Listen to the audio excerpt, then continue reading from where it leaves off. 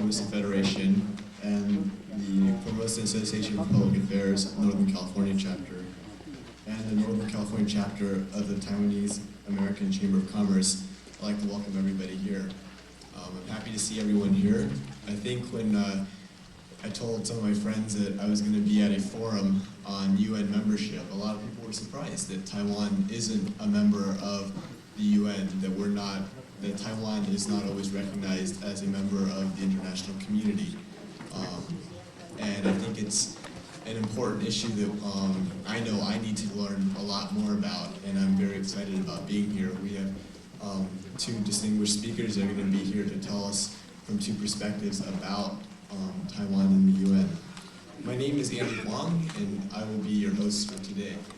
After our two speakers, we will be having a question and answer forum, and I invite everyone to participate enthusiastically in this. First, for some opening remarks, I'd like to invite Mr. Ken Lin, who's the president of the Northern California Formosan Federation, to come up here and give a few opening remarks to us.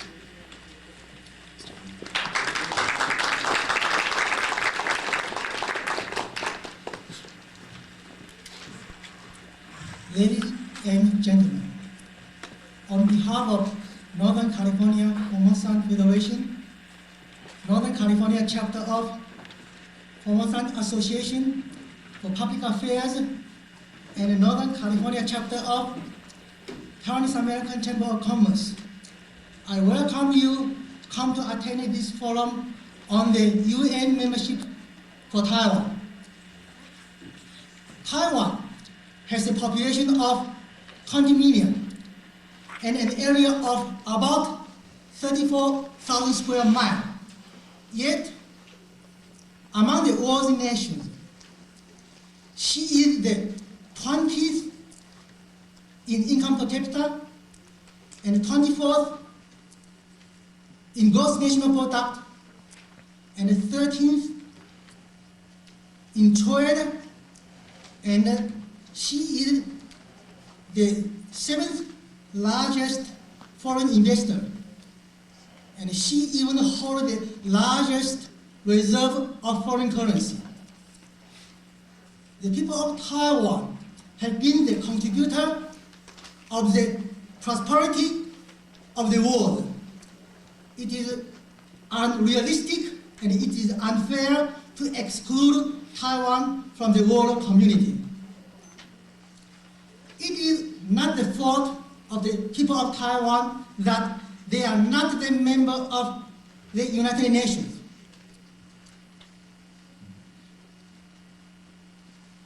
Two reasons behind that why the Taiwan is not a membership.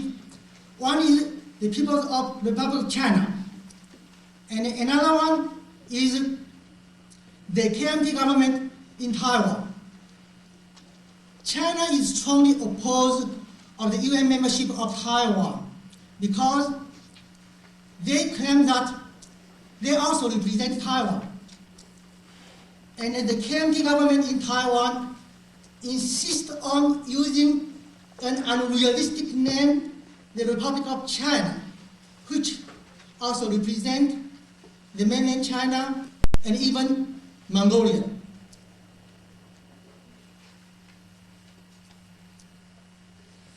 The KMT government using this unrealistic name, Republic of China, to enter the United Nations instead of using the realistic name Taiwan. We are very fortunate and honored to have the opportunity to invite Mr. Gagan as our keynote speaker and Dr. Blau as our guest speaker to give us their expert opinion on United Nations and Taiwan. We also appreciate Mr. Zhang Xie for the invitation of Mr. Gagan and Dr. Ming Chen for the invitation of Dr. Blau. Again, I welcome you to join us in this forum. Thank you.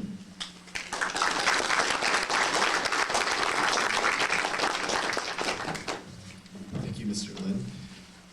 The next part of our program is the keynote speech, which will be delivered by Mr. Gagan, who has been affiliated with the UN for several years. To introduce him will be Mr. John Shea, who is, as I understand, a man of many titles, among which he is the current Vice President of the Northern California Formosan Federation, and he is also the President of the Taiwanese American Association of South Alameda County. Right now I'd like to invite Mr. Shea to come up here and introduce Mr. Gagan. Thank you, Andrew. Ladies and gentlemen, good afternoon. United Nations, Nation United for the International Peace and Justice. To achieve this common end, you and I, we spent our weekend to listen to a senior advisor and spokesman from UN. My name is John Shea, the contacting and contracting person for this UN speaking engagement. It is my greatest pleasure and honor to introduce our today's keynote speaker. Our speaker, he is a professional diplomat. He was born in 1937 in England. While he was 20 years older, he earned his diploma in the Chinese study at London University. After school, he worked for the British government for 6 years. And during the 6 years, during the last 2 of the 6, he worked for the British embassy in Philippines. In 1966, he came to the United States and has worked for the United Nations since then. In the past 27 years service in UN, he has been assistant to co-administrator, area officer, regional project officer, deputy resident representative, senior officer, and senior advisor. He is the honorary chairman of the UN Communication Coordination Committee, and he is a frequent UN speaker and spokesman. He was an assistant professor of Fordham University, taught international relations and international organization. He has a special gift for language, and he speaks 8 languages: English, German, French, Portuguese, Italian, Tagalog, and Mandarin. It seems wherever he goes, he picks up a language. And maybe this afternoon he will speak us in Taiwanese too. He also associates with more than 11 societies, such as UN, the Symposium for United Nations, and the Antuban Society, and also the International Study Association and Association for International Education. In 1971, he has the chance to observe how the government of ROC was expelled out of UN. And 22 years later, today, how the Taiwanese people seeking to enter United Nations.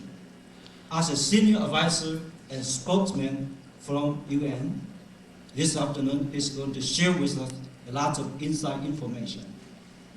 So without further ado, ladies and gentlemen, please join me in welcoming the first UN delegate visiting the Taiwanese community in Bay Area, Professor Michael Gagan. Michael, please.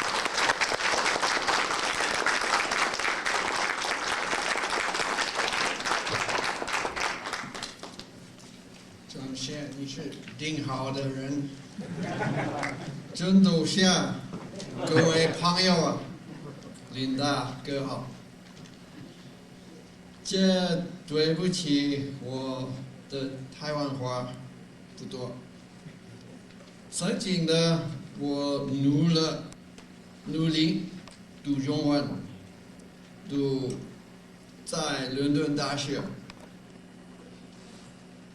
还在马尼拉菲律宾1年，都是3年读书，中国书。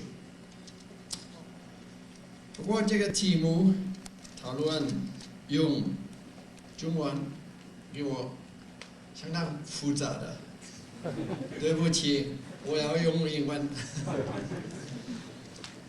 I'm very honored, truly, to be here today, especially in the San Francisco area, because let us not forget that after a war which led to millions of deaths and destruction throughout the world of Europe and Asia, as well as parts of Africa, the world finally decided that peace was preferable to war. And the world came together in the city of San Francisco. In June 1945, I was a little boy at that time. In June 1945, delegates of 45 countries came together and decided to set this organization into motion. On the 24th of June, they signed. I have met one of the signatories, the delegate of the Philippines, who was there then, now deceased. General Romulo was Foreign Minister of the Philippines. A very small but powerful man. He was one of the signatories. Harold Stassen is still alive. As far as I know, he and the Lebanese delegate are the only ones left. But we live with the organization that was set up then, and now it's beginning to go through many changes in response to changes in the international community, in the structure within which this association of nations, the United Nations, it's not a world government. The Secretariat is advisory. The Secretariat is not giving any kind of orders, and I would not like to give any such impression if that were the case. The member governments are sovereign, and they make their decisions on all matters affecting the policy of the United Nations. It's important to remember that. At the close of the Second World War, which led, as I said, on the 24th of June to the founding of the United Nations, and that was validated by the 24th of October, which became the anniversary of the UN, and it became United Nations Day. And I believe the timing for John Scher, with his original phone call, was on the occasion of United Nations Day. It would be interesting to have a forum about how the UN works and how members come in to the United Nations. And this is how I happen to be with you. But I wanted to give you, because Chinese have a long sense of dynasty and a long sense of history, I wanted to give you this perspective of this relatively new organization. There are many people here, I'm sure, who are older than the UN itself. And so they are, in a sense, entitled to this perspective that this is still a new organization, it's still being tested. It still has maybe shortcomings, it still is not perfect. And the least perfect thing about it, for some people, the world federalists, is that it is not leading the world to a world government. It is just presenting the world as it is to itself. In a sense, the structure simply recognizes the sovereignty of each nation. And the beginning of the United Nations Charter starts, "We, the United Nations." We the people, the peoples of the United Nations. Putting there the emphasis at the very beginning on the idea of a nation. The idea of a nation is something that could be discussed not just in our meeting today, but maybe over a whole seminar at the University of Amsterdam or the University of San Francisco. The idea of nationalism is something which came late to Europe. It came late to America. It was a colony for a long time. But the idea of a nation existed a long time before in older countries, such as France, such as Japan, such as Vietnam. When the United Nations started off, if we can summarize briefly, it was a collection of countries which had independence and 3 or 4 relatively large empires. I come from one of those empires. In fact, the British Empire at the end of the Second World War had a miscellaneous collection of colonies and territories flung all over the world, about 65, if I can remember correctly. And nearly all of those countries, apart from some very tiny islands, which are non-self-governing territories, achieved independence during the lifetime of the United Nations, and I might add, to some extent, with pressure coming from the United Nations. The empires of Britain, of France, of Holland, and the smaller empire of Belgium, and later on the empires of Portugal, and the small empire of Spain that was left, were all dissolved. There are some residual problems connected with the former Portuguese empire, some residual problems connected with French territories still not independent. And a certain amount of pressure goes on every year at the General Assembly, still in session, as to changing this situation so that people can achieve self-determination. In 1951, the United Nations General Assembly adopted a resolution on the granting of independence to colonies and colonial territories and non-self-governing peoples. To allow those peoples to become independent became one of the most important mandates of the United Nations. Self-governing. So we, the peoples of the United Nations, started with a very strong emphasis on liberation. Liberation not by military force, but by persuasion. And this process has gone on for a long time. We have seen the disappearance of the British Empire, the French Empire, the Dutch Empire, the Portuguese Empire, and most recently, and very dramatically, the disappearance of the Soviet Union Empire. These are enormous historical developments, and they have shaken the United Nations, some people think in a good way, because they have forced the UN to recognize the process of change which is sweeping across the planet, some of which could not have been forecast in 1945. In 1945, the Security Council was given 5 permanent seats to the United States, to China, to Britain, to France, and to the Soviet Union. Of these countries, it would be true to say that, economically speaking, there are other countries which are stronger than those 5 countries. But they retain, nevertheless, 2 of them, because of their previous colonial strength, they retain permanent seats, and there may be changes taking place in the Security Council. I can't discuss what they might be because they are presently under negotiation among member countries. Very delicate negotiations, very sensitive ones. They are especially sensitive because they have to do with national sovereignty. The Secretariat, Mishuchu, has very little to say on these questions. They are decided, essentially, among the powers which have those special powers. The power of veto is not a small power. And in the process of consultation among the members of the United Nations. And this consultation is not easy.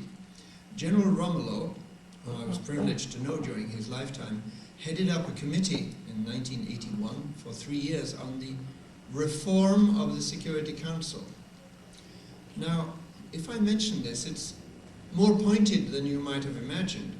The Security Council, under the present Charter of the United Nations, has 5 permanent members with a veto. These members are able to veto action taken by the Security Council.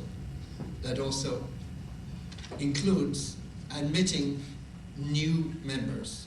So it must be borne in mind that Britain or France or the Soviet Union or the holder of the Chinese seat, which at the moment is the Peking government, can exercise a veto in not making a recommendation to the General Assembly for a country to become a member of the United Nations. That's how the rules were made, and they're being challenged by quite a few countries. Brazil, Egypt, Germany, Japan would like to be in the Security Council on a permanent basis. They have made it known in different ways. India, perhaps too. The question is, should these new countries have vetoes, or should the old countries give them up? And how would this be managed? We have no idea how this will happen, and maybe nothing will happen. Maybe in the course of diplomacy, when you encounter an obstacle, in Chinese tradition, you can wait a dynasty for the obstacle to be removed. In New York, we don't wait a dynasty, but at least several years have passed since General Romulow's famous report on restructuring the UN, Security Council, on the reform of the Charter, and absolutely nothing has happened. The report has been put most respectfully on one side. There are good reasons for that, but it must be understood that when the world tries to reach agreement, it is a complex process. Especially the question of how a nation defines itself. For instance, the USSR maintained for many years that it was a nation. It was represented by one country. Later in 1956, in order to admit Japan, the USSR insisted on Ukraine and Belarusia being given seats. That was like an infringement of their sovereignty, but it gave them 3 votes, which they controlled centrally. That control went on from 1956 until 1988, for 32 years. But eventually, as we know, that control crumbled, and this ushered in to the United Nations almost 15 new countries. New countries, new that is, for the United Nations, such countries as Lithuania, Latvia, Estonia, Georgia, and so on, and the countries of Central Asia, Moldavia also, Azerbaijan, Tajikistan. I don't want to list them all, I'm not sure I can remember them all.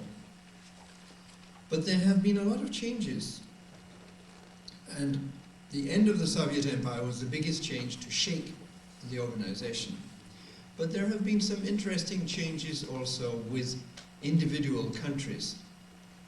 The example which I promised John Shi to give you today is the example of Ethiopia, a country which was in a state of civil war for 35 years.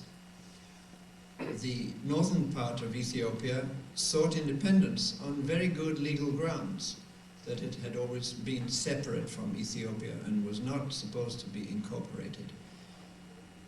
Its application was not entertained by the United Nations because of the influence of the residual power, Ethiopia, and they took their case into what was a long-standing internal war inside Ethiopia. I won't go into the details of that, but I'd like to say that Eritrea, finally, a country of 3 million, defeated militarily a country of 50 million.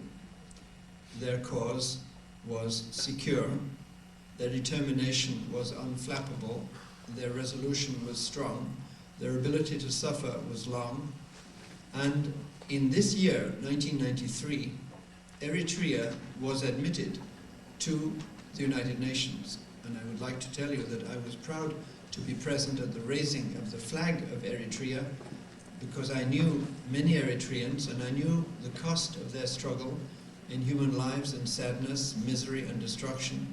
But I also knew the determination of the movement of that country when it was under the government of Addis Ababa to achieve its own self-determination. They did finally achieve it. In a similar way, but without the force of arms, the Republic of Czechoslovakia broke up this year into 2, became the Czech Republic, the Slovak Republic. It was a European or North American style divorce.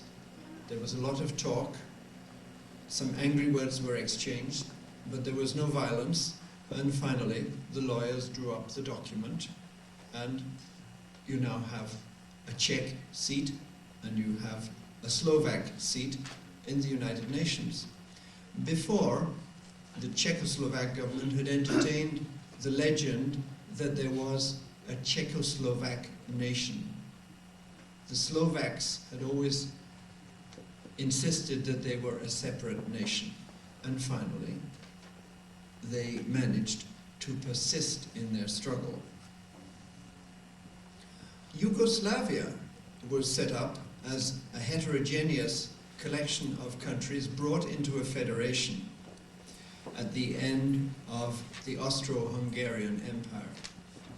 Yugoslavia, as we all know, we can get tired watching our televisions of seeing Bosnia. Yugoslavia broke up and several countries joined from Yugoslavia. Bosnia, Croatia and Slovenia are the important ones to remember, together with the fact that the Security Council agreed to Serbia, Greater Serbia, to continue to use the term of Yugoslavia, and another country, Macedonia, joined. So from one country there, 5 or 6 entities have already come out, and most of them are now members of the UN, even though a war still goes on in the Yugoslav area. My conclusion from a lot of this is that sometimes countries like Nigeria have civil wars which result in the suppression of a rebellion. In the case of Nigeria, an attempt to become independent through Biafra failed in the 1970s, and Nigeria remains a unitary federation. I hope I make myself clear that individual nations are settling this question on their own. They're not really being judged by their peers, by the 184 member states of the United Nations. The United Nations, more typically, is watching and waiting. And of course, different, more powerful countries maybe even participating in the process of influence on one side or the other in favor either of integration or in favor of dissolution of individual countries. Most important governments trying to appear not to take sides in these issues, which are typically national issues. And let me remind you that under Article 2, Section 5 of the United Nations Charter, it states, the United Nations shall not interfere in internal affairs of states. Now, we have states and we have nations, and there are somewhat differences between the two, but the essence in international law, as we'll probably hear more from my legal and learned colleague on this board of speakers, is that the nation acquires recognition. To the extent that the nation acquires recognition, it is able to negotiate and pay its way in the world. An example of a nation which has got 2 representatives at the United Nations, still both of them recognizing the unity of their nation, are the 2 Koreas. North Korea and South Korea for 30 years did not have seats at the United Nations. They were observers. Why was that? Because they had not solved the problem of the unity of the Korean peninsula.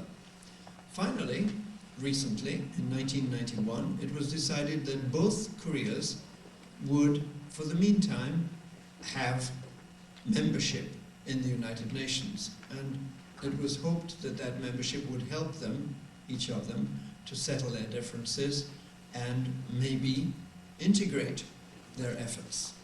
So we do have the 2 examples, the 2 tendencies, integration and also separation.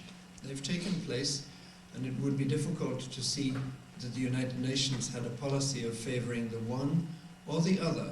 But it is true, over the last 40 years, that the United Nations has favored and pressed for the the dissolution of empires. This has happened through the years, and growing influence, especially on the European colonial empires, and some influence towards the end of the years of the Soviet Union.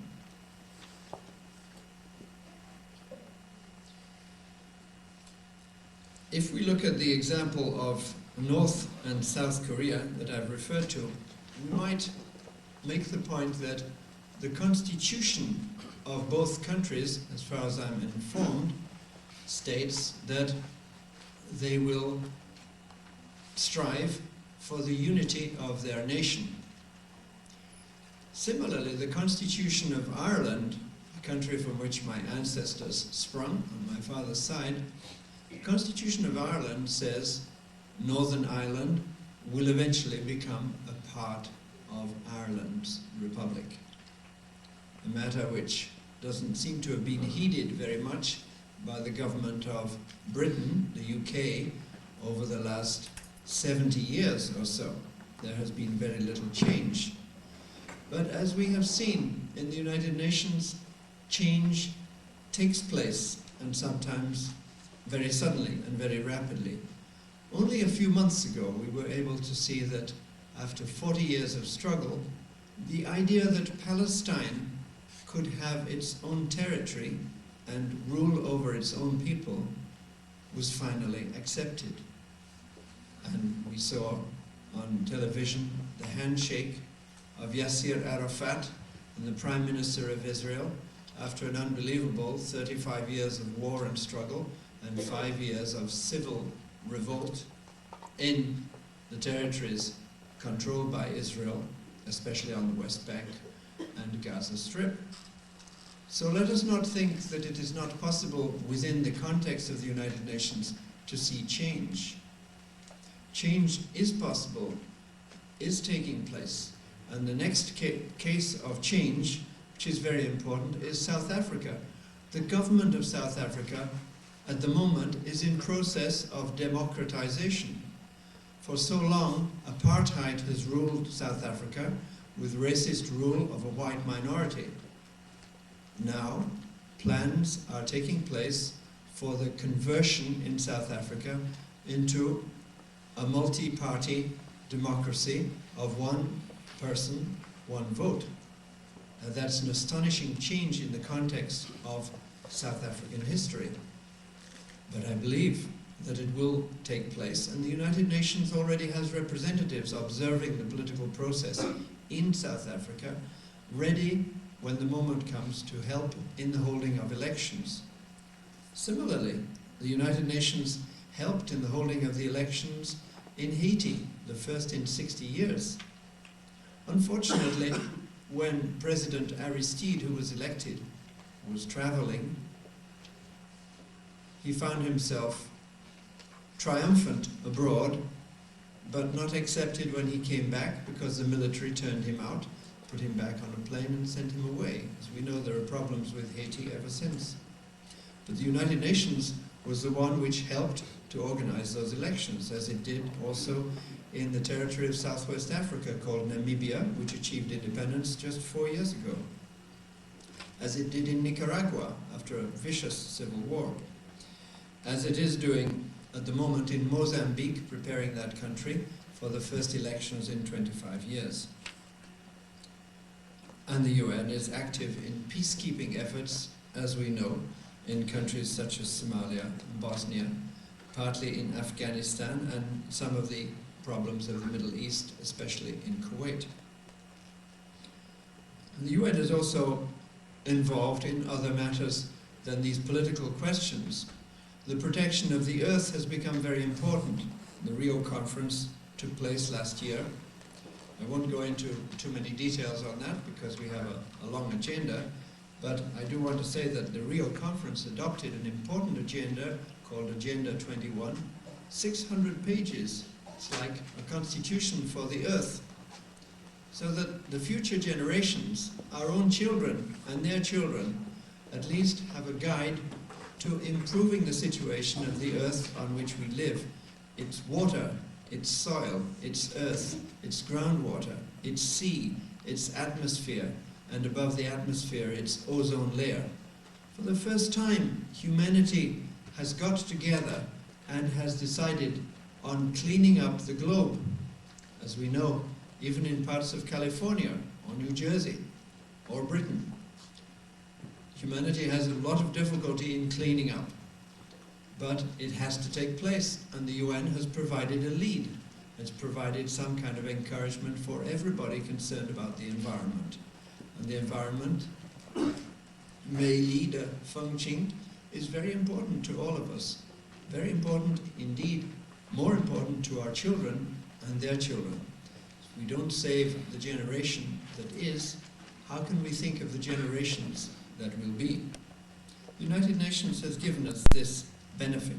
It's also worked in a very concrete way on the cleanup of the Caribbean, called the Green Plan, and the cleanup of the Mediterranean, a 20-year plan to clean up the Mediterranean Sea, where communist, non-communist, Arab, Israel, and other countries work together to clean up their own common sink, the Mediterranean Sea. And the rate of pollution has begun to drop through efforts of the United Nations.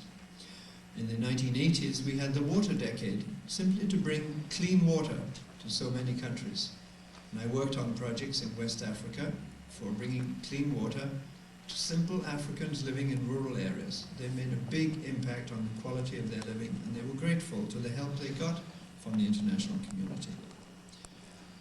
Trees also have become the subject, now at last, of conservation measures, sweeping across parts of Africa and trying to be introduced in countries like Indonesia and Zaire, where there are a lot of trees, and in Brazil, where conservation measures have been challenged by industries and private companies.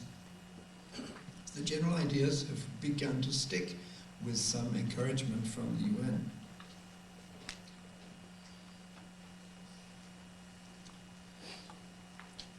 I would like to just go back now to the question of the Security Council, because I mentioned before, Security Council is not written in stone, unlike some ancient Chinese constitutions. Security Council mandate is written in the Charter of the United Nations. Human constitutions do not necessarily last forever. The League of Nations lasted for approximately 20 years. We would hope that the United Nations can serve humanity for many, many years to come, but in order to do that, it always has to be mobile, flexible, and it has to be reacting to the changes around it. The United Nations is not the center of the universe, the human universe of our planet. It is rather reacting to the structure of international society, of which it is a convenience. It's a service unit. It's a place where governments can get together and meet and discuss their common problems. So the present situation is that the Security Council does have 5 permanent members, and they do have vetoes. This must be realistically brought into the discussion and the understanding that Britain or Russia or France or the United States or China might be able to veto some action taking place in the Security Council. Hitherto, it might be pointed out that since 1971, the government of the People's Republic of China has very rarely taken place in a vote with which it did not fully agree. Rather, it preferred to abstain from the voting, or in some cases not participate in the vote at all, and provide explanations to the press that it did not consider itself a large power, rather a country of the third world, not able effectively always to influence the politics of the large powers. I think that tone may be changing, but I'm not an analyst of those matters, but I just express their personal opinion. I should now mention, since the forum asks about UN membership as well as a general coverage of where the UN is today, that the Security Council reviews applications for membership under a given procedure, whereby some countries inside the Security Council will sponsor an application for membership, and a country itself is able to show that it has a good case for membership, that it is a nation, that it has a constitution, that it is a separate entity, and that it is not claiming other territories other than the territory over which it is ruling.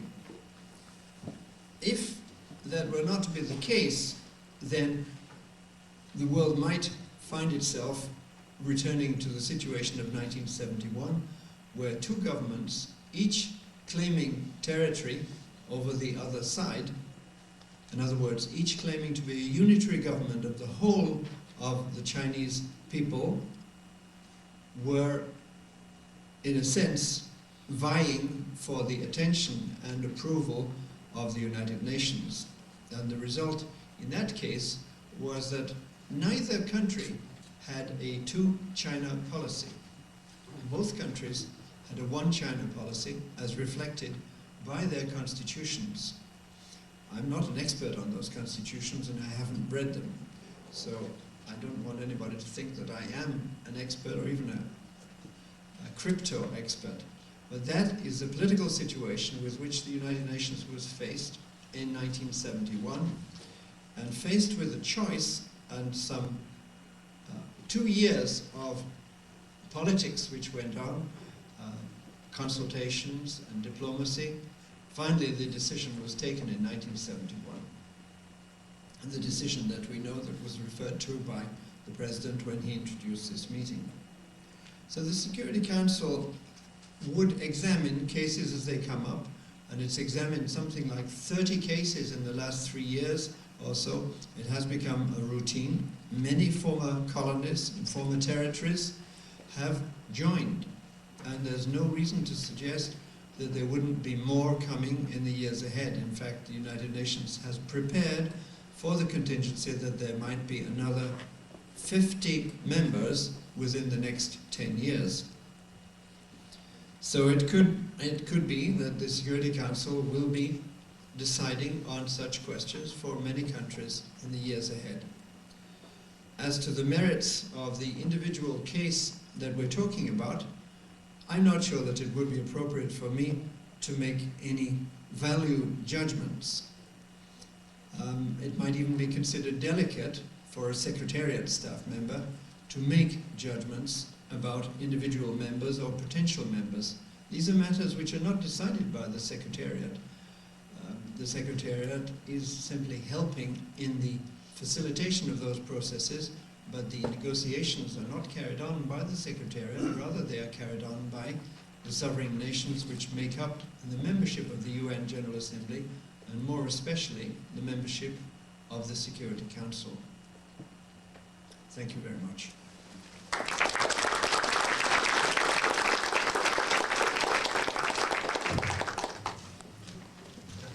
Thank you, Mr. Gagan, for that talk. The next part of our program is we have the pleasure of having a guest speaker, Dr. Kun Blah, who is currently the Executive Director of the Fluorescent Association for Public Affairs in Washington, D.C. Introducing him will be Dr. Ming Chen, who is our current president of the Northern California chapter of FAPA. Dr. Chen is an active member of the community, and I've had the pleasure of interacting with him on several occasions. Most recently, I was in Texas, and he was a guest speaker at the Southwest Conference out in Texas. He is a distinguished psychologist by profession. So I'd like to have everyone welcome Dr. Chen.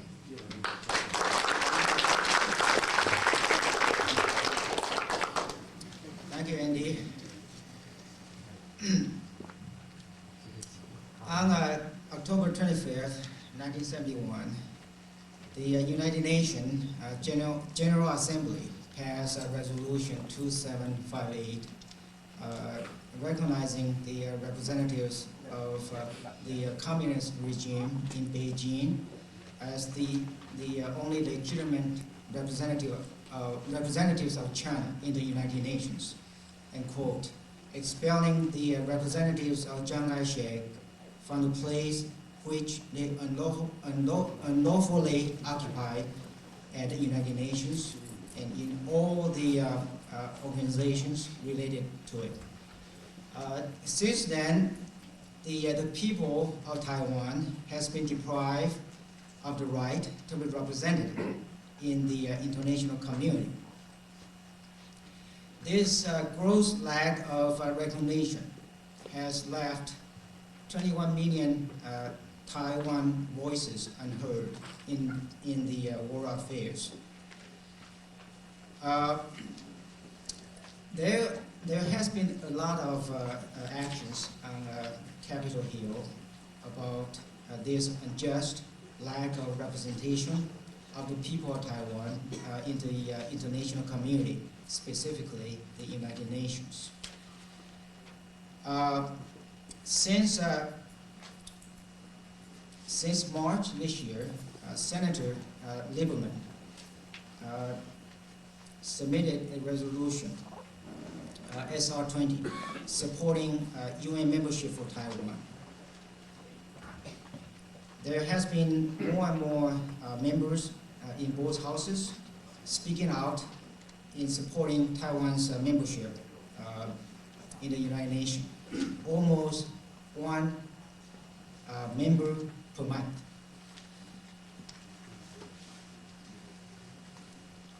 Dr. Kumbra, as the executive director of Fluorescent Association for Public Affairs in Washington, D.C., has played a pivotal role in this endeavor.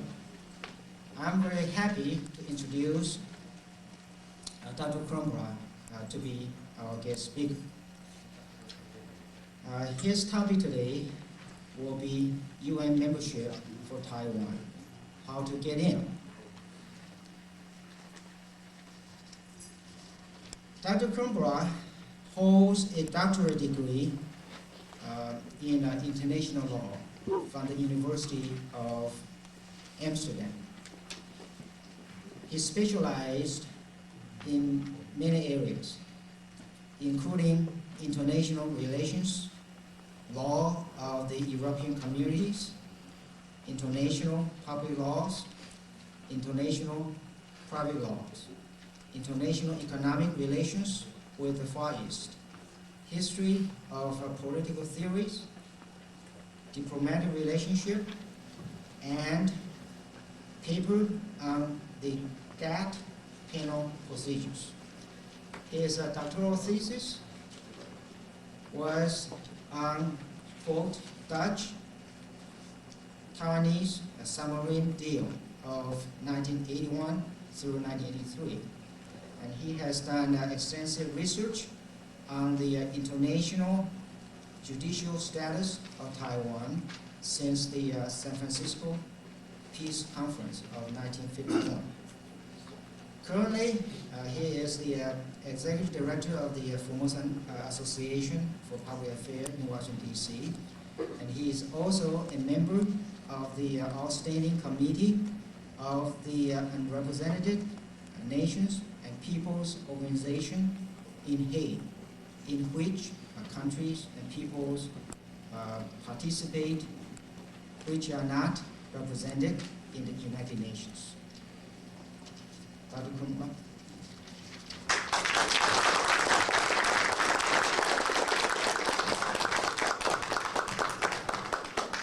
Thank you, Mr. Chen. I've been in California for 3 hours, already got a sunburn, so I feel really at ease here. And I don't speak Chinese, unlike Mr. Geoghegan, but I speak some Taiwanese, and I wanted to do in Taiwanese this speech, but since Mr. Geoghegan doesn't speak Taiwanese, so I do it in English. I can do some things like bye, which I always hear, Li Shetan Chine. And at some point I even thought that karaoke was, that it was a Taiwanese word, because wherever I go, everybody do karaoke. But it's Japanese, I heard. I'm from the Netherlands, Gwashi Hanang Lang.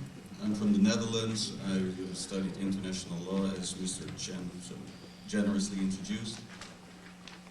I specialized in Taiwanese issues, Dutch-Taiwanese relations. I wrote my thesis about the submarine deal. I don't know if you heard about that. In 1981, the Netherlands sold submarines to Taiwan. I heard later that these can only float, these submarines. So I don't, maybe made in Taiwan is better than made in Holland.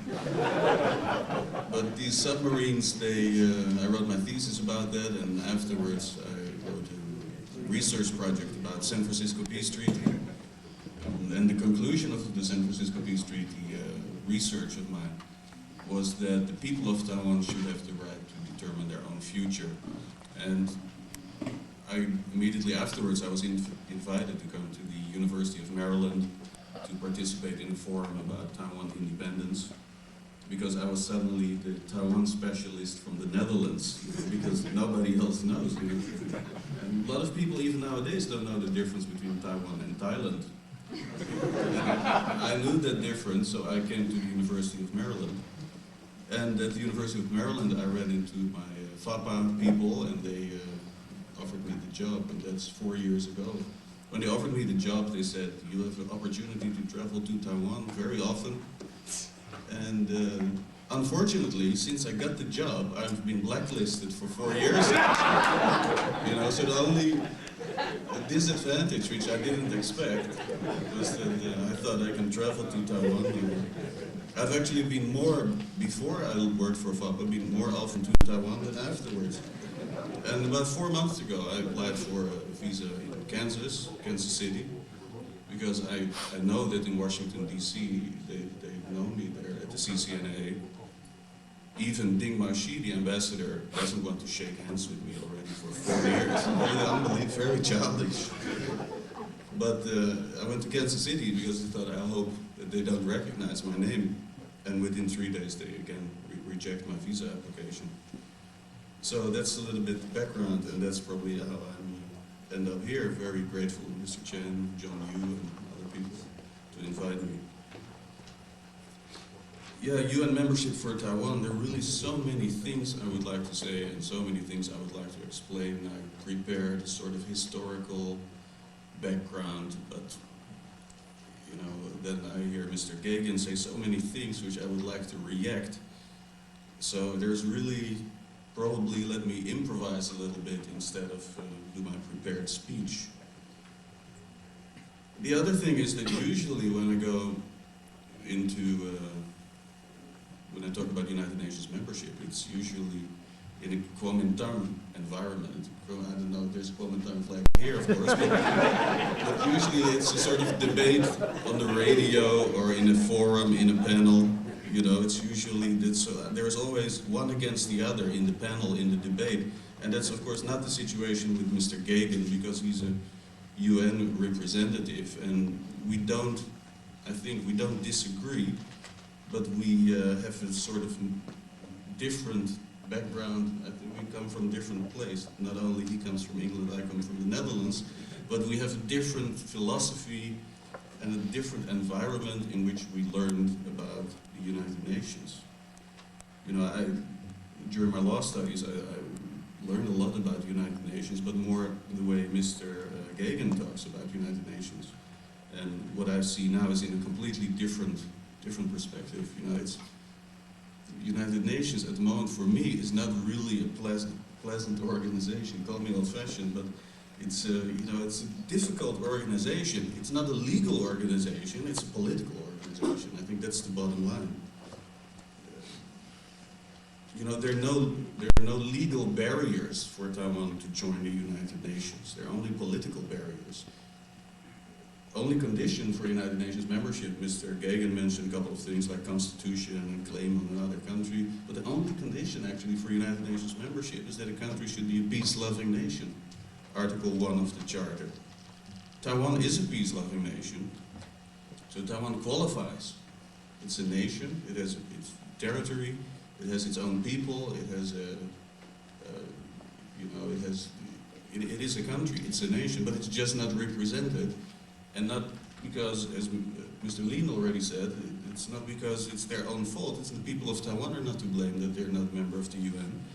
It's the Kuomintang is to blame. And 5, 6 people in Beijing, like Deng Xiaoping. I don't know if he's still alive. Well, every now and then you hear that he died and then he's alive again. Very strange. But if it were not for the Kuomintang and if it were not for 5, 6 people in Beijing, Taiwan would be a member of the United Nations. That's the bottom line. And in my FAPA community, and you know, people always talk about Beijing and we should force Beijing to do this, but let's force the Kuomintang first to be realistic and to acknowledge the reality of Taiwan's independence. You know, Taiwan is an independent country. Let's refer a little bit to Mr. Gagan's thing where he talks about, you know, there's 2 Chinas, and the China seat is at the moment occupied by Beijing. There's only one China, one Taiwan, is what we believe at FAPA, and I hope you agree. It's only one China, one Taiwan.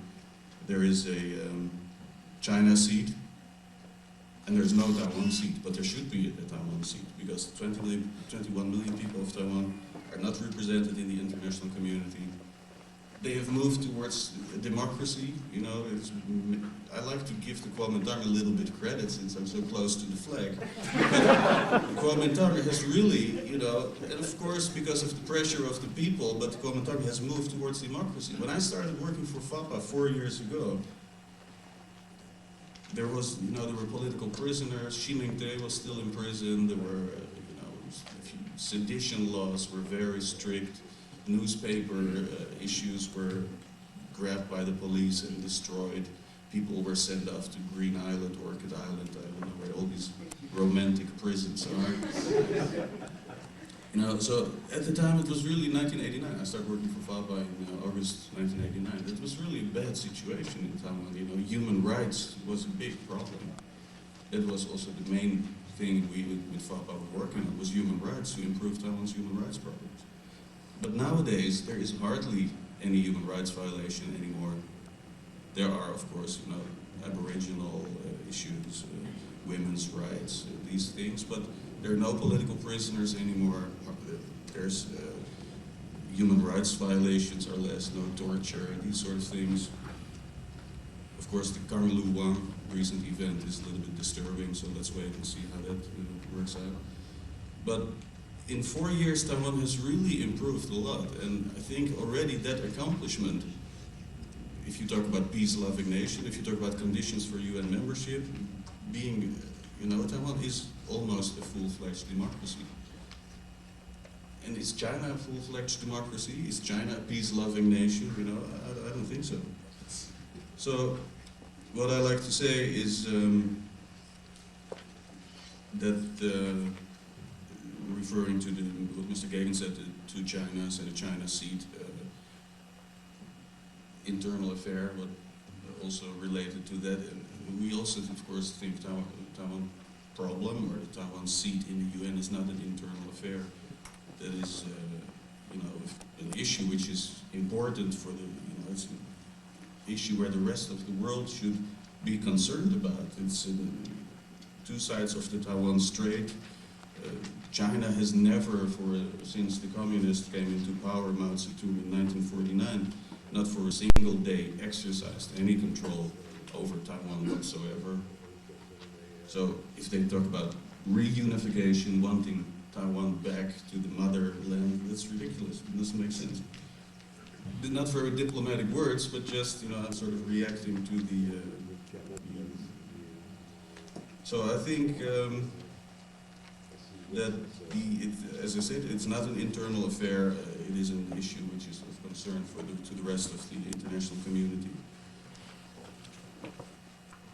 Historically, yes, Taiwan, as we already looked at 1971. Yame Lee is not here, Mr. Lee, I've seen, but I talked with Yame over the phone a few days ago, and she said, yeah, wasn't Taiwan original founding member of the United Nations? It's not true. Taiwan was not an original founding member. The ROC was a founding member of the United Nations. And the ROC at that moment was in control on the mainland, with effective control on the mainland. So the ROC was a founding member. So we also don't want to talk about Taiwan should get back into the United Nations, because they've never been United Nations member as an independent country. The ROC was a founding member, but when they moved to Taiwan with the claims on the mainland, they still said we are the Republic of China, Taiwan, China, Tibet, and Mongolia. They had a seat in the United Nations, but when they were kicked out in 1971, they went out there, Chiang Kai-shek, as the ROC, not as Taiwan. So I think that's also a distinction which should be made. And therefore, we at FAPA, we promote that Taiwan should join the United Nations as an independent country, as a new member, with the claims on the mainland renounced, so as an independent republic. Yeah, why should Taiwan join the United Nations? Yeah, of course, you know, that's obvious, and then what you then always hear is that, and I listed here a long list, but you know, Taiwan is the 13th in world trade, 25th in per capita income, United States 6th largest trading partner, and largest holder of foreign reserves. All these economic reasons, and I think these reasons are reasons to join the General Agreement on Terrorism and Trade, you know, because it's all to do with money. But just the fact that these people are not represented, the mere fact that 21 million voices, as Mr. Chen also mentioned briefly, 21 million voices of people of Taiwan cannot be heard in the international community should be reason enough to just give them a seat, a separate Taiwan seat in the United Nations.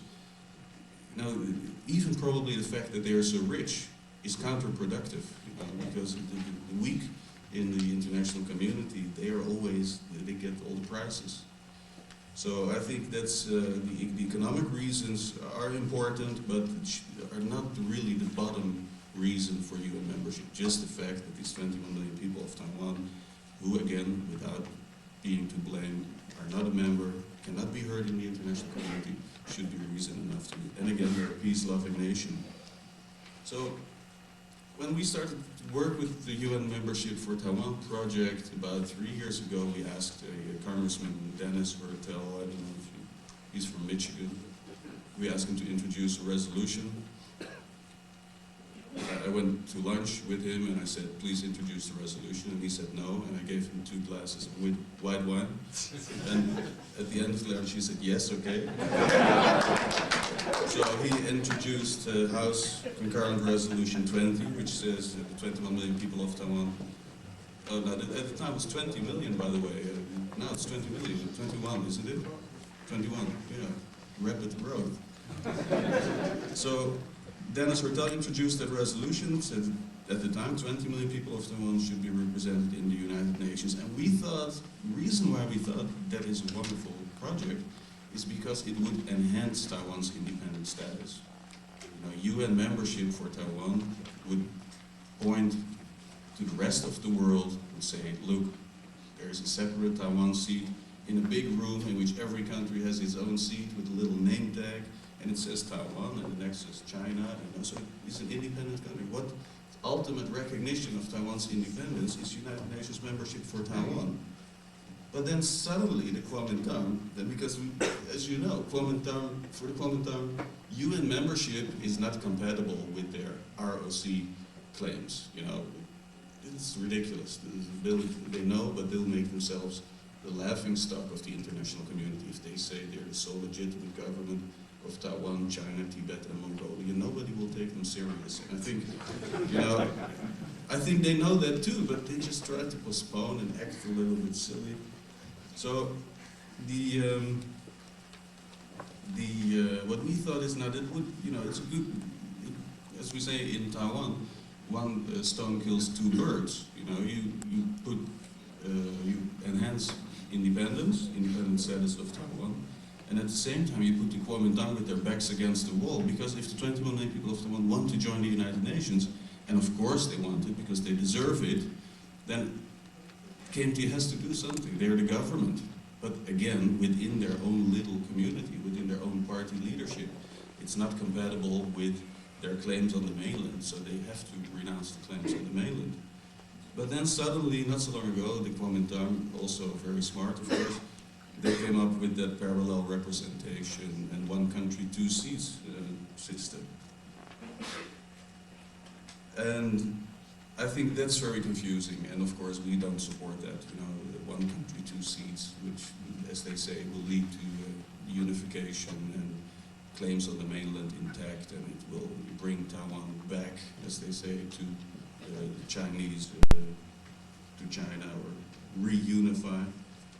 So that was a little bit confusing for us. And the interesting thing is that at the time when I was looking for co-sponsors for the Hertel, the Dennis Hertel resolution on Capitol Hill, and even at that time, you know, when I convinced a member of Congress by giving me 2 glasses of white wine, and they co-sponsored the resolution, and then the next day somebody from the CCNA, and they're my friends actually, but you know, so somebody from the CCNA, they went to the same congressman and said, FAPA is lying, and you know,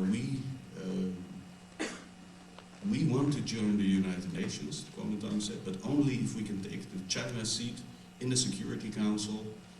And you know, and the congressman laughed at them. They make them look very silly because they were not very effective.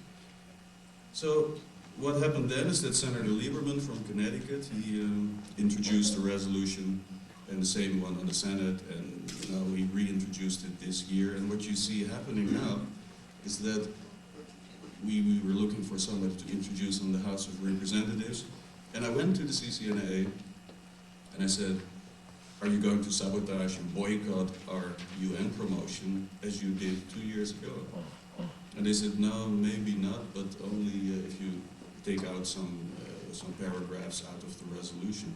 So we took about 6 paragraphs which talked about independent status and about, you know, that in 1949 ROC fled to Taiwan. They don't like that if somebody tells that, especially not in the resolution. So we took out all these things, and so they said that they would support it, that they would support the congressional efforts. What we think is how, on the way, you know, how to approach that UN membership, and I'll get back on some Capitol Hill issues, but how to approach UN membership, you have heard there are 2 approaches. It's called the Backdoor Approach and the Front Door Approach. Yeah, it's not a joke, it's very serious actually. And the Backdoor Approach is as promoted by Harvey Feldman. Harvey Feldman, maybe you heard about him, he's a former United States ambassador. And he says, you know, what Taiwan should do is go to very, and I'm not very familiar with these little organizations in the UN, but I think like this stamp philatelic organization, or wood, something with wood or something, or with paper. And they give a big donation to these organizations, like $20 million a year or something, and that will then become the Taiwan Fund. And then they hope and pray, old Taiwanese pray, that at some point that people will understand membership. And we don't really like that approach, you know. I think most important thing is that, you know, first it's confusing. If you if you donate a lot of money to one of the little affiliated organizations, it's not very clear what you want in the end. You know, people will think, oh, it's wonderful, all that money, but you know, nobody understands that you want to join the UN or become a full-fledged member. But I think the most important thing is that with that approach, it looks, and I always, as we say in Dutch, you know, it looks like you sneak through the back door like a thief, you know, in the night even. And I think that's very degrading for the people of Taiwan. If they have to sort of sneak like a thief into the UN through a back door, you know, people of Taiwan, again, deserve membership of the United Nations. They are a democracy, they're the main condition, so they should go to the United Nations, make a lot of noise, say, we are people of Taiwan, we want to join the United Nations as an independent country, as a new member, and under the name Taiwan. And I think that's the biggest advantage of the front door approach. And I think that respect, you know, the respect element in this is important. Let me see. Yeah, the Kuomintang, of course, is the biggest problem. And I've been saying that for a long time also. You know, the people in Taiwan, they cannot really do too much to explain United Nations, or they cannot effectively do something, lobby. The people of Taiwan, what they can do is express their willingness, or their wish, their desire to join the United Nations, and their task is to force the Kuomintang to apply as an independent country, to apply under the name Taiwan. That's what they have to do. But we, especially we Taiwanese on the East Coast, we really have to go to members of Congress, go to the United Nations delegation, and say, we are the people of Taiwan, we are not represented, we want to be represented, so the actual work has to be done here. And then if you look at New York, what's happening, there are some initiatives like Lu Xulian, who you all probably know, Annette Lu. She's doing some things, and I think the most effective thing to do at the moment is go to Washington, D.C., to your representative, and to ask support for these congressional resolutions. Every member, every House of Representative member represents 500,000 people. So if you have, 20 co-sponsors, then you have 10 million. You represent 10 million people. So I think that is the thing which should be done at the moment: is go to Capitol Hill or go to your member of Congress and urge him to co-sponsor this resolution.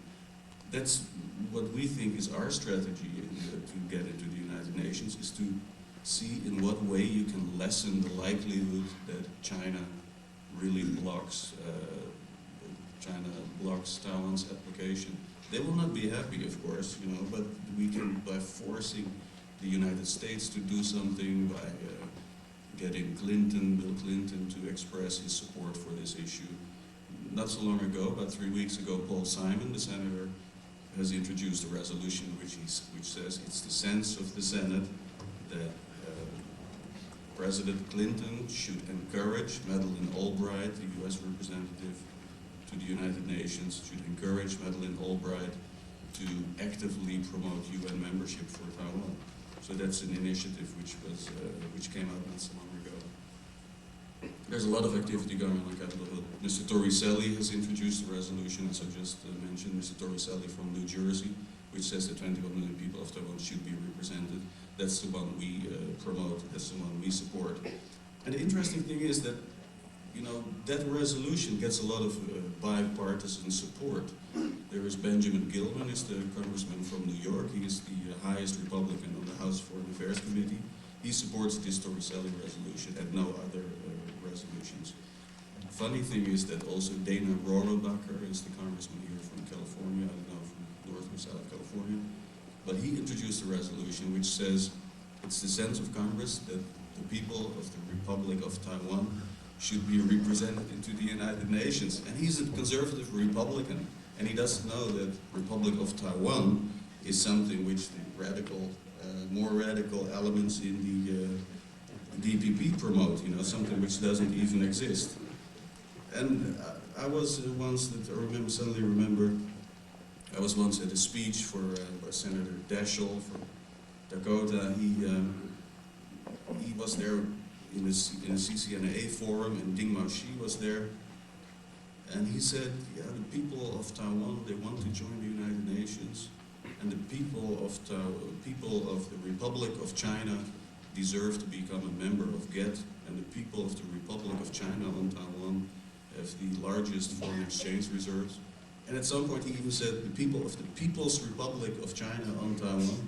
and I stood up and I said, Senator, you say Republic of China on Taiwan, even People's Republic of China on Taiwan. Why don't you just call it Taiwan? And he said, yes, very good. Good point.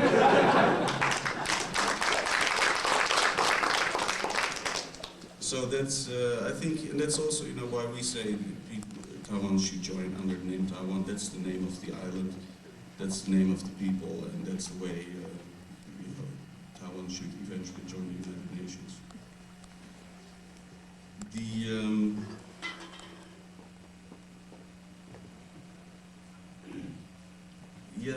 What Mr. Gagan also mentioned is he compared, or at least referred to some other countries and situations in the United Nations. North and South Korea, unity of nations is what North and South Korea is, you know, and again, I think the Taiwan problem, or Taiwan is a unique situation in the international community. There's nothing to compare Taiwan to. It's just, you know, it doesn't, international orphan, call it.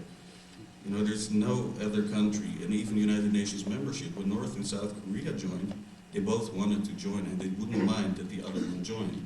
Same with Germany, you know, at some point, they're the same situation.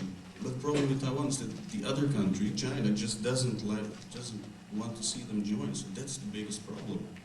And of course, they're in the Security Council, so they will have a sort of silent diplomacy way to send their representatives to every country and you know and tell them just, we don't want to hear about it. We have the same problem in Washington D.C.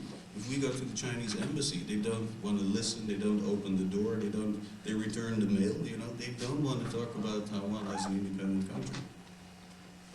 And I think it's you know that is going to change. It is a Taiwan issue for the United Nations. It's a legal problem, which I think will be solved in a political way. What you saw happening with the Baltic states a few years ago, that they suddenly became a member, that was a miracle, and let's not expect a miracle for the Taiwan case, but it can, you never know at some point. We have to be ready. We have to do it anyway. And I think that what I hope that I assume you're all FAPA members, but if not, you can join FAPA. And I think, at least participate in this. I'm a foreigner. I'm from the Netherlands, as you know by now. But if my government would do to my people what the government of Taiwan would do to you and your brothers and sisters, I would be very angry. I would be outraged. I would just go up, and participate and do something. And and if I don't have time to go to my member of Congress or to rally some support, I would contribute if I can contribute physically, financially. There is a lot of change to be made, and I think I encourage you all also to participate in that. Let me see.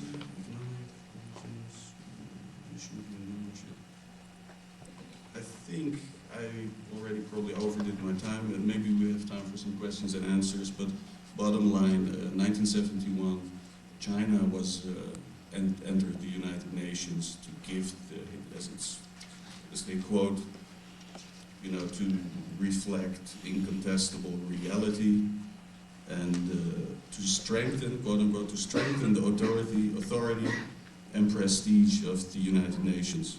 And I think now with Taiwan's ever-increasing economic power and democracy, I think it's now also time to increase the authority of the United Nations, and therefore Taiwan should join the United Nations as an independent country under the name Taiwan, with the claims on the mainland renounced, and then that, for the universal representation, which the United Nations claims, I think not before Taiwan joins the UN will really universally represent the peoples of the world. Tosha.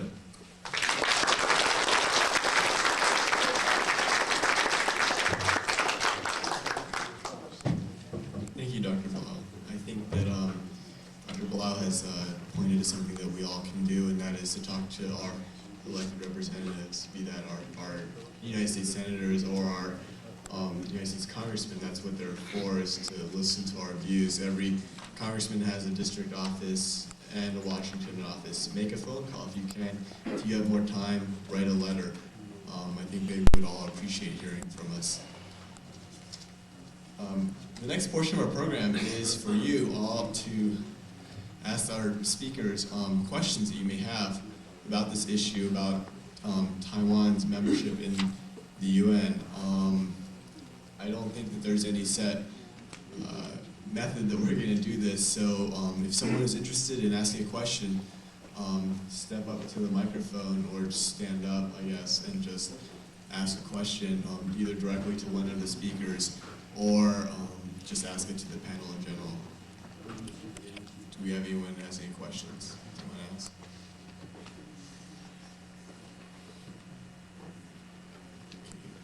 We have to start somehow. I'd like a couple questions to address to Mr. Gibbon and one question to Mr. Kumbara. The first question to Mr. Gibbon. What is the political status of Taiwan from the official UN position? Second question also to Mr. Gibbon.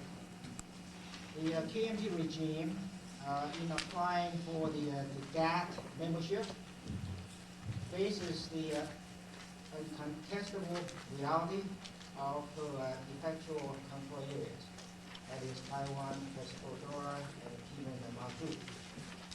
Now, if the KMT regime can face the same reality with the claims on mainland China renounced, is this approach more acceptable by the UN?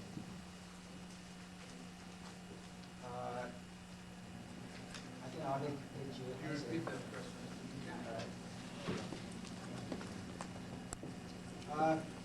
The KMT regime still claim to represent the whole China, including mainland China, Taiwan, Mongolia, and Tibet.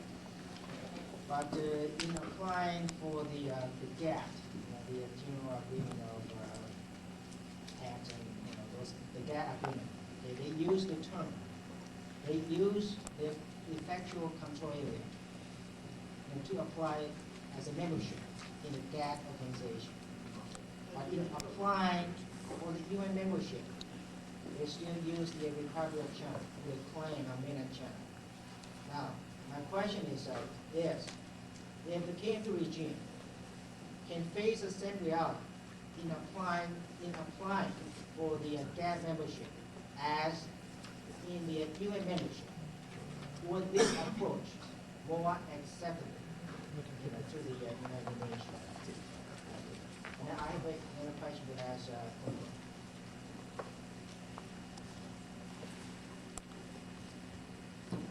Before Mr. Gagan answers the question, if someone has a Mazda minivan, their lights are on, so you might want to go outside and check the lights.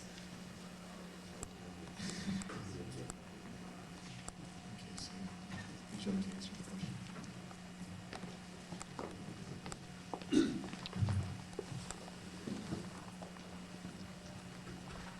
The lights on that Mazda will eventually go out.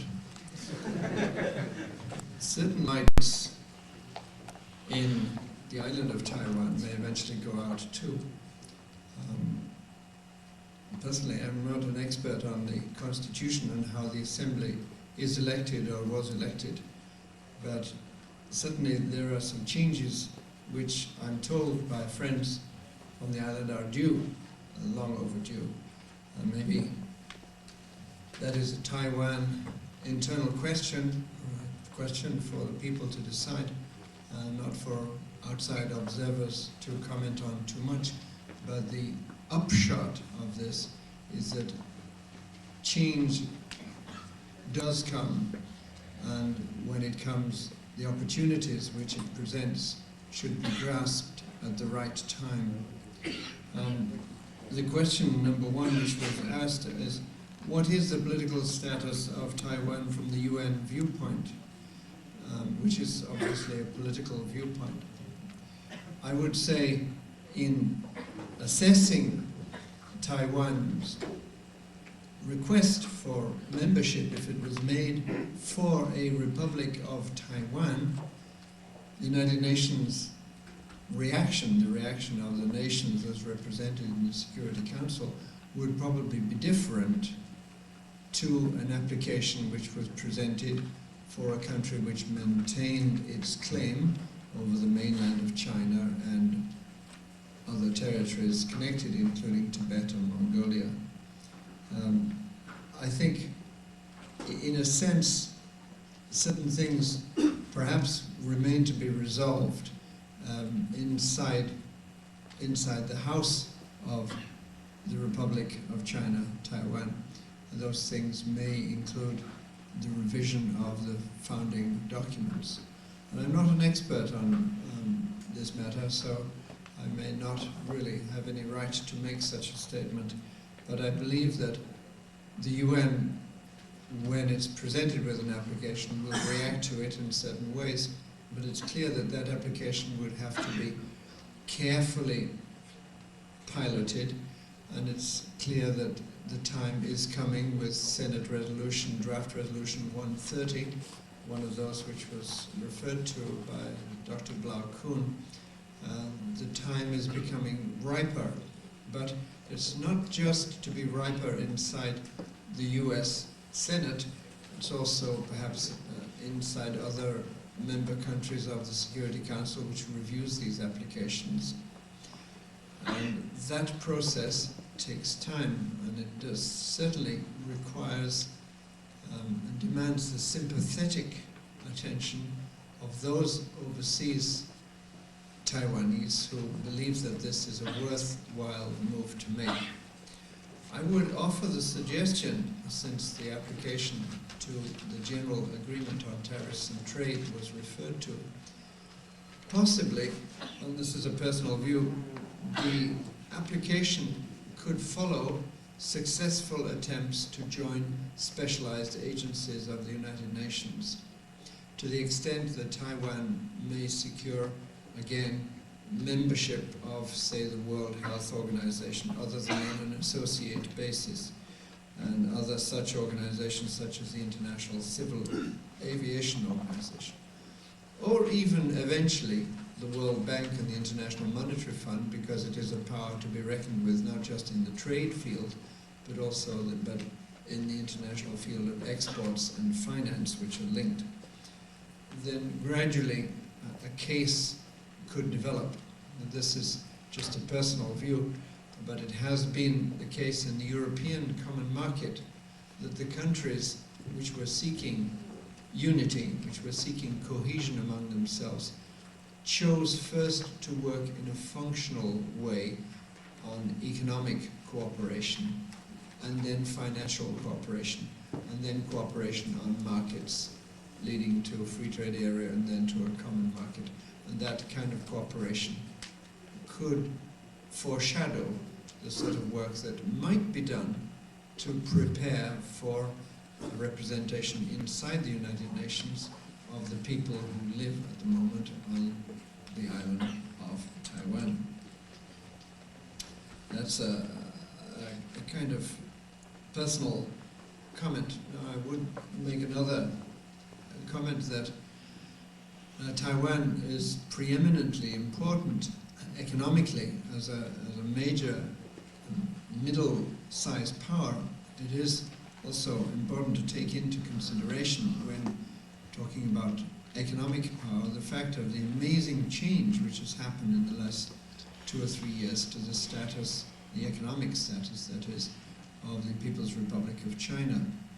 A revision of the International Monetary Fund practices and measurements for deciding how an economy is measured led to the much publicized conclusion that the People's Republic of China, Beijing, is now the third economic power in the world after the United States and Japan, having overtaken some European countries like Germany, Britain, France.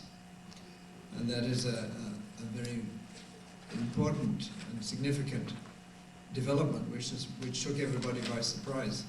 I never knew that it was coming, although some people suspected because of the growth in production there. Nevertheless, from a functional point of view, I believe that the representation of the people of this island will be helped by more cooperation, functional cooperation with specialized agencies and organizations, leading up to more representation in the political organization, which is the United Nations, but that's only personal comment.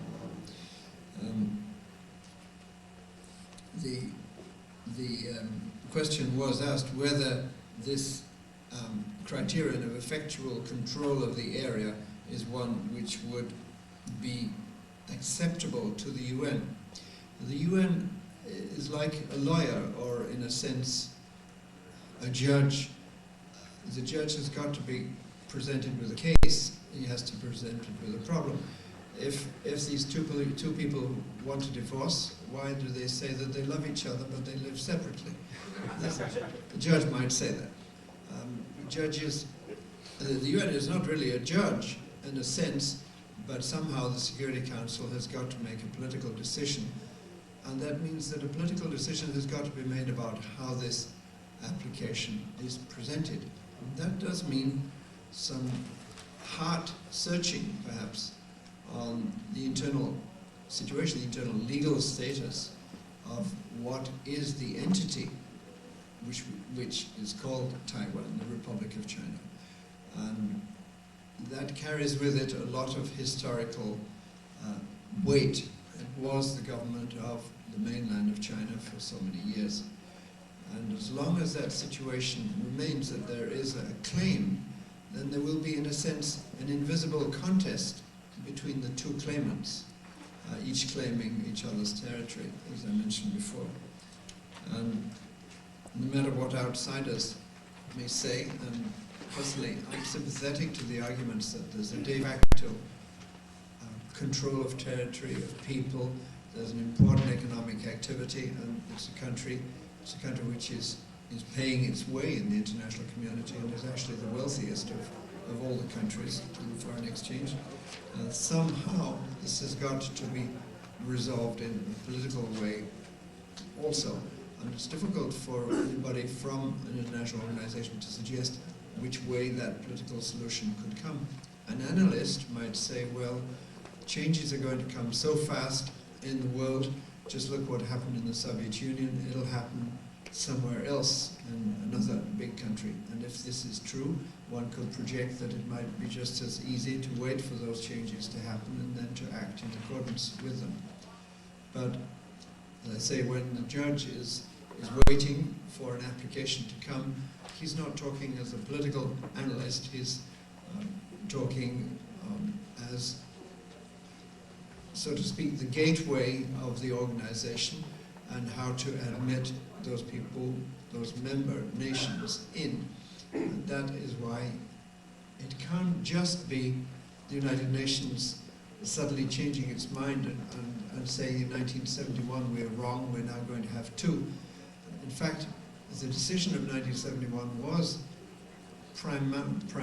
primarily based on the consensus between the two countries, the Republic of China and the People's Republic of China.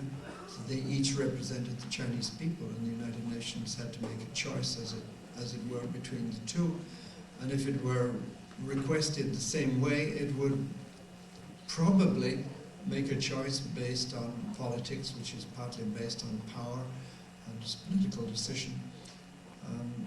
It would be fairly easy to guess what way that choice might go, though in public you would never make any forecast of how such a choice would be made. It would be too difficult. There is such a lot of consultations will take place between the 5 permanent members of the Security Council who consult each other a lot on world matters these days, and then the 15 members of the Security Council, and then at the level of the General Assembly, which is where a decision is taken on membership, a final decision.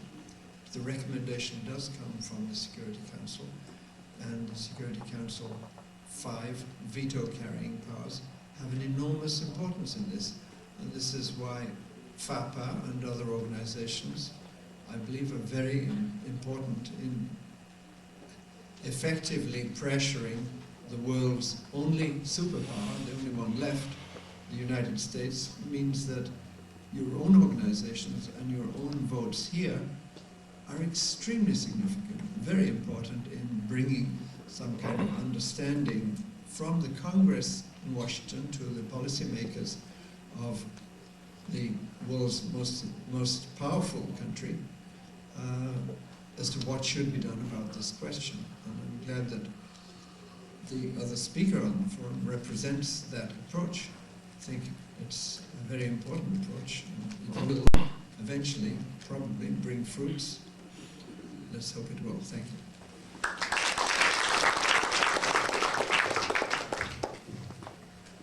To make this discussion a little easier, we'll just let everyone sit over here, and if you're interested in, I guess, asking a question, just come right up to the microphone. I think I saw some hands up in the back.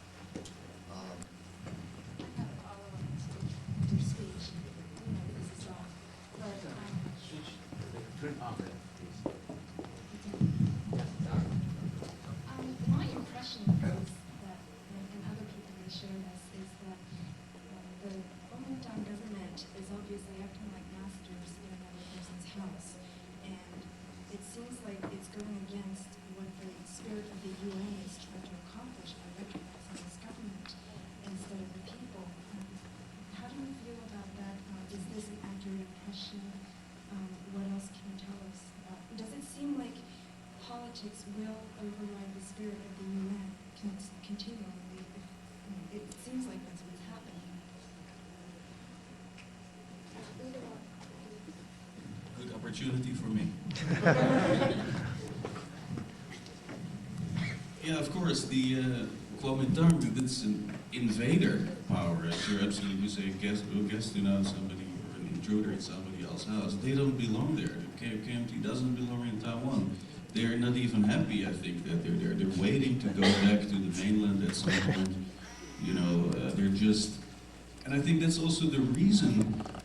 You know, I wasn't born in 1949, but I remember, or I always hear older people say, they say, we welcomed the Kuomintang in 1949, these soldiers, because they came from the mainland, and we were happy to see them because we had always had the Japanese there. We were glad that the yellow chicken went, we kicked out the yellow chicken, and suddenly we get the Chinese, so the people were happy. And then we had 228 in 1947, February, or a little bit earlier even. But the, you know, I think the KMT from the very first moment when they came there, they behaved as an invader force, as intruders.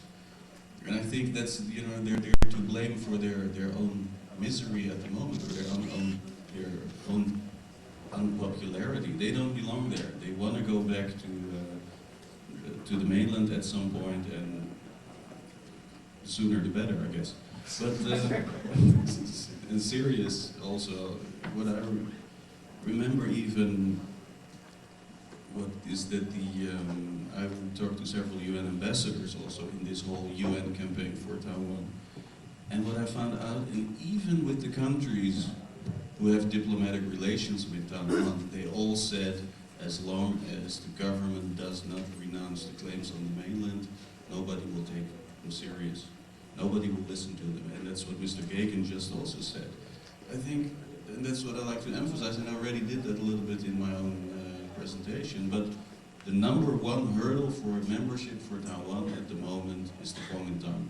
It's not so much Beijing. If Kuomintang, if we, Taiwanese, can force the Kuomintang to renounce the claims on the mainland, to acknowledge the reality of Taiwan's independence, to apply under the name Taiwan, then the whole second phase of UN membership for Taiwan starts. You know, even if they're rejected the first time, the second time, that's wonderful, because it will create first a lot of sympathy in the international community for Taiwan, for the people of Taiwan, because people will finally understand the Taiwan situation.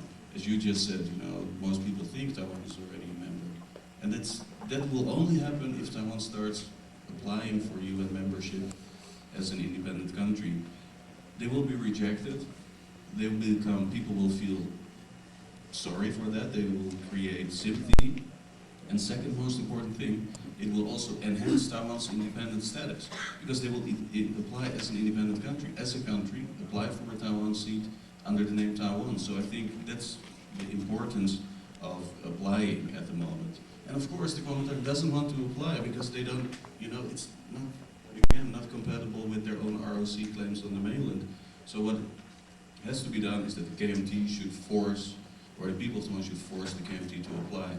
What maybe happen in 2 years when the Minjintang DPP wins the elections, becomes the ruling party, maybe that will be a strategy for Taiwan to, you know, really move forward to independence and then apply as an independent country. But of course, the point is, I use this as an opportunity to say a few other things. But of course, the KMT, they're Chinese, they don't speak Taiwanese. You know, you speak Taiwanese, you don't speak Chinese. Oh, some do, obviously. But, so I think that's the, you're absolutely right, the Kuomintang is an invader force. They haven't made themselves popular. And I think now finally the people of Taiwan start realizing that too. As you all know, Kaohsiung in October 11, a poll was held whereby was asked to the people, said, do you want to apply under the name Taiwan or the name ROC for United Nations membership? And 97% of the people said we should apply under the name Taiwan in Kaohsiung. And of course, Kaohsiung is liberal, Minjintang stronghold. Maybe in Taipei would be different result. But I think, you know, time is on our side. Time is on our side. Taiwan will move, you know, from de facto independence to de jure independence.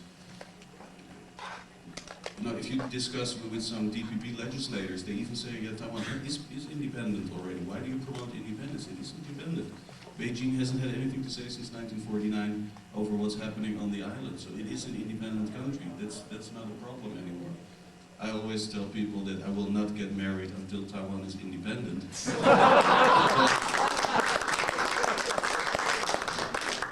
Paris Chung, the Minjintang legislator, said, now you can get married already because it's independent. So I think that's a, I think that that's not, I'll stop before I take too much time.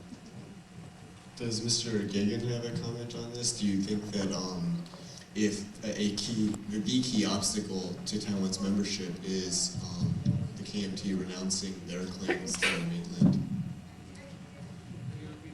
Do you agree with Dr. Blau's statement that the major obstacle here is the KMT's claim to the mainland? Do you think that once they renounce that, do you think they'll, I guess, the membership process will be expedited? I have to point out that the United Nations Secretariat is not in the habit of commenting on what a country should or should not do, because the Charter itself says that the United Nations, which includes its members, are not intervene in internal affairs of states. Certainly, Taiwan is a state. It's an ad hoc state controlling territory and people. This is irreversible fact. Nobody would pretend that it was otherwise. But how that policy should be reversed, how the situation should be changed, is not something on which the UN Secretariat, the humble Secretariat, the starving, hungry mental workers, would really come out with an opinion, because it would not be understood, it would probably be misinterpreted, and it would end up adversely reflecting one or the other side, and that would not be the intention. The UN, in a sense, remains neutral. Having said this, I would like to make a few comments about whether the internal situation is actually satisfactory. The UN doesn't investigate human rights situations in non-member countries, so in a sense, it's not relevant. The UN is not going to send a mission and snoop around prisons and everything to see what's happening. But it does do this for member countries, and it should be borne in mind that it's something for which the country, if it decides that it's a country without the rest of the territory, the country will have to be ready. For example, is there a violation of human rights taking place? I'm just listing the questions. I'm not saying that these are the situations, but the question will have to be addressed. Is there such a thing as a suppression of political rights? Are there any groups in the country which are disenfranchised, in other words, not allowed to vote? Women all have the vote. Are illiterate people able to vote, or are they disenfranchised because of their lack of access to literacy? Are native people entitled to vote? These are important criteria. Education and access to information is another matter which is looked at for member countries sometimes. rights have been pushed quite a lot by the United Nations. Are women fully equal, so to speak, inside the society? Is the police open to investigation? I simply don't know the answer to these questions, but I know that they will be eventually asked. The United Nations documents this to show the supervision of violation of human rights in member countries, but almost never in non-member countries. Now I'd like to just make a comment that historically speaking, I think this is well known to most of the people here. Taiwan has not always been part of the mainland government, even so far back as the Qing dynasty. What was initially thought of as a rebellion by Koxinga lasted for a pretty long time. Later on in this century, Taiwan was separate from the mainland government for many years. So in a historical sense, there's a cumulative separateness which perhaps has some importance, provided that importance is seen not so much by the outside first, but by the inside. Insiders recognize that separateness and they come to act as representatives of the people to recognize the fact and bring some textual notice of that. This would mean that perhaps when the approach is made to the United Nations, the timing is a very important strategy to decide on the timing.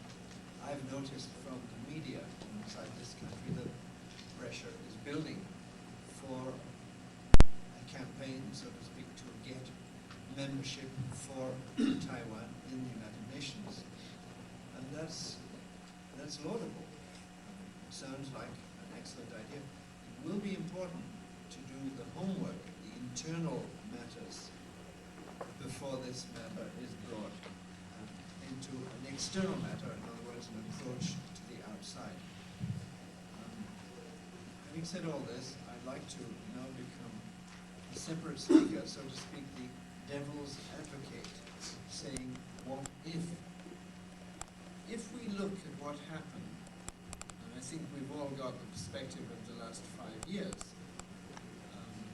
what happened in the Soviet Union is practically unbelievable if we put ourselves about 8 years ago in 1985 or 1986.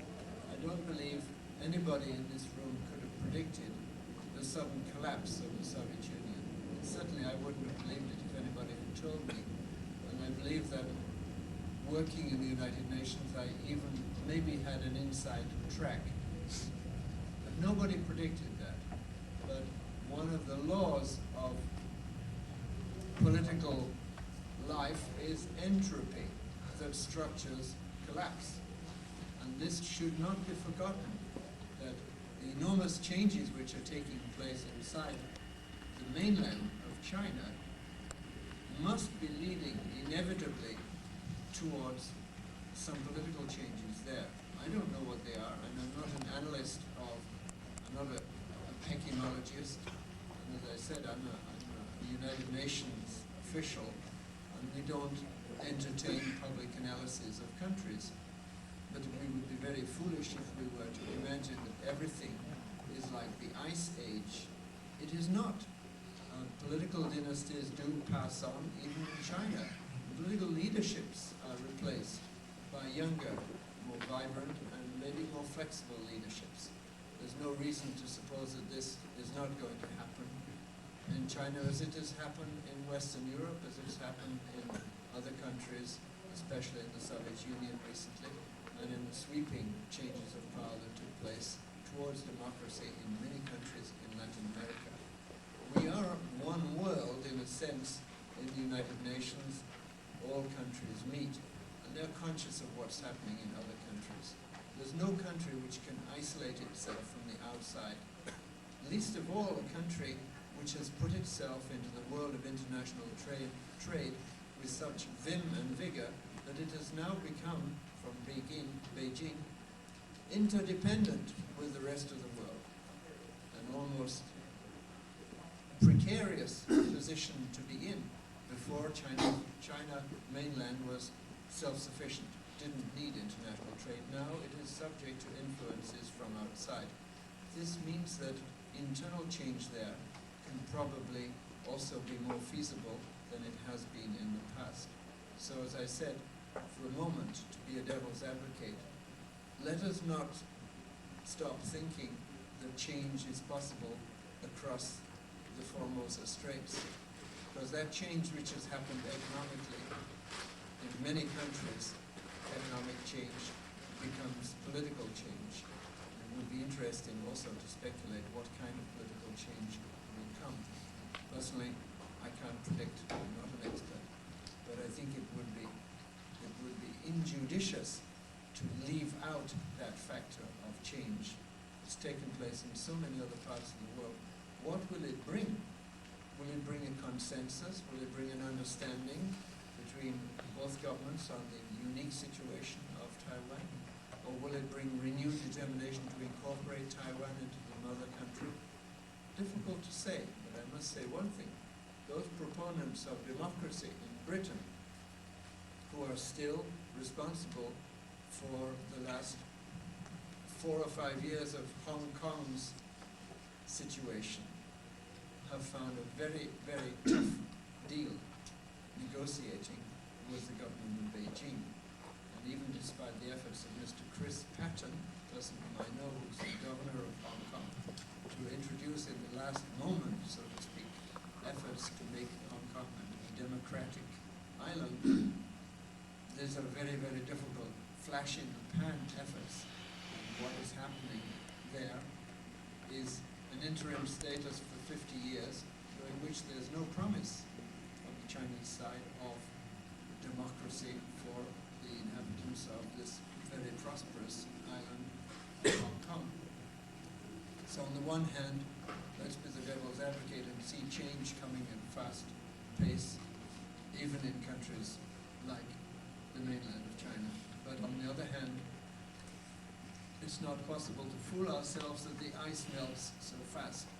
And I think observers, even inside the international community of nations, have got to be conscious that there are some changes, the speed of which they're not able to measure.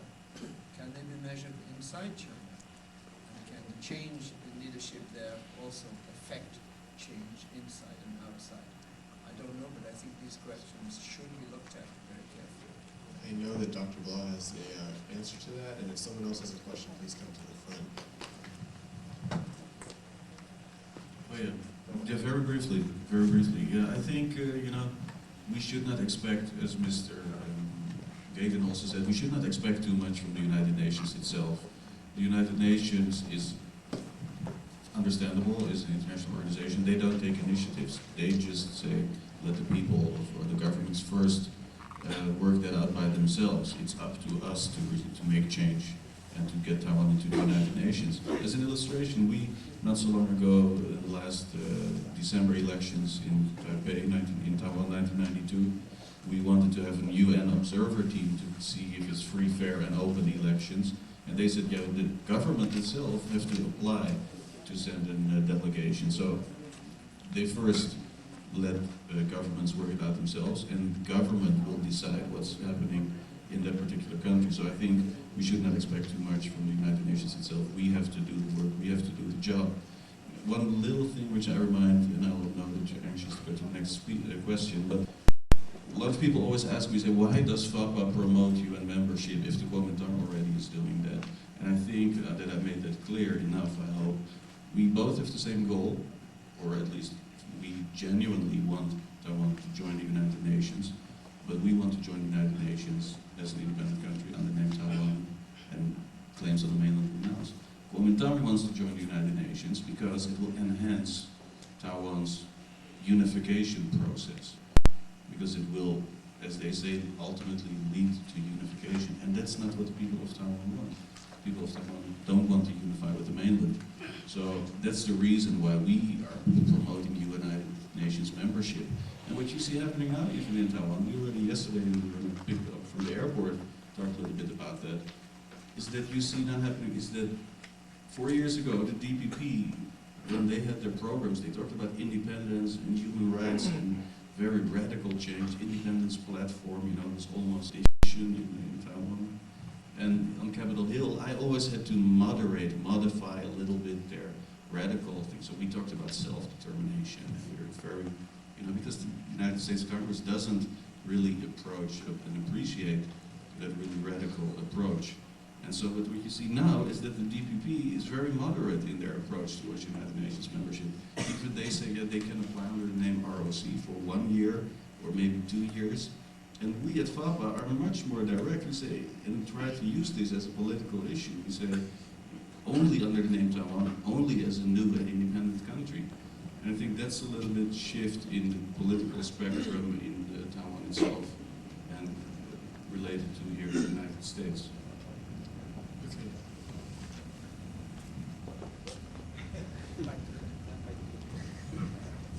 I have one question from George Megan, please. According to the charter, the security members should not vote on the matter, the conflict of their interest, is that right? How did the Kuomintang in 1975 vote when the United Assembly kicked out the Republic of China, the seat? If the Security Council votes, the security member cannot vote on the matter directly conflict with their position, then our membership it should not be decided by the Security Council. Is that correct?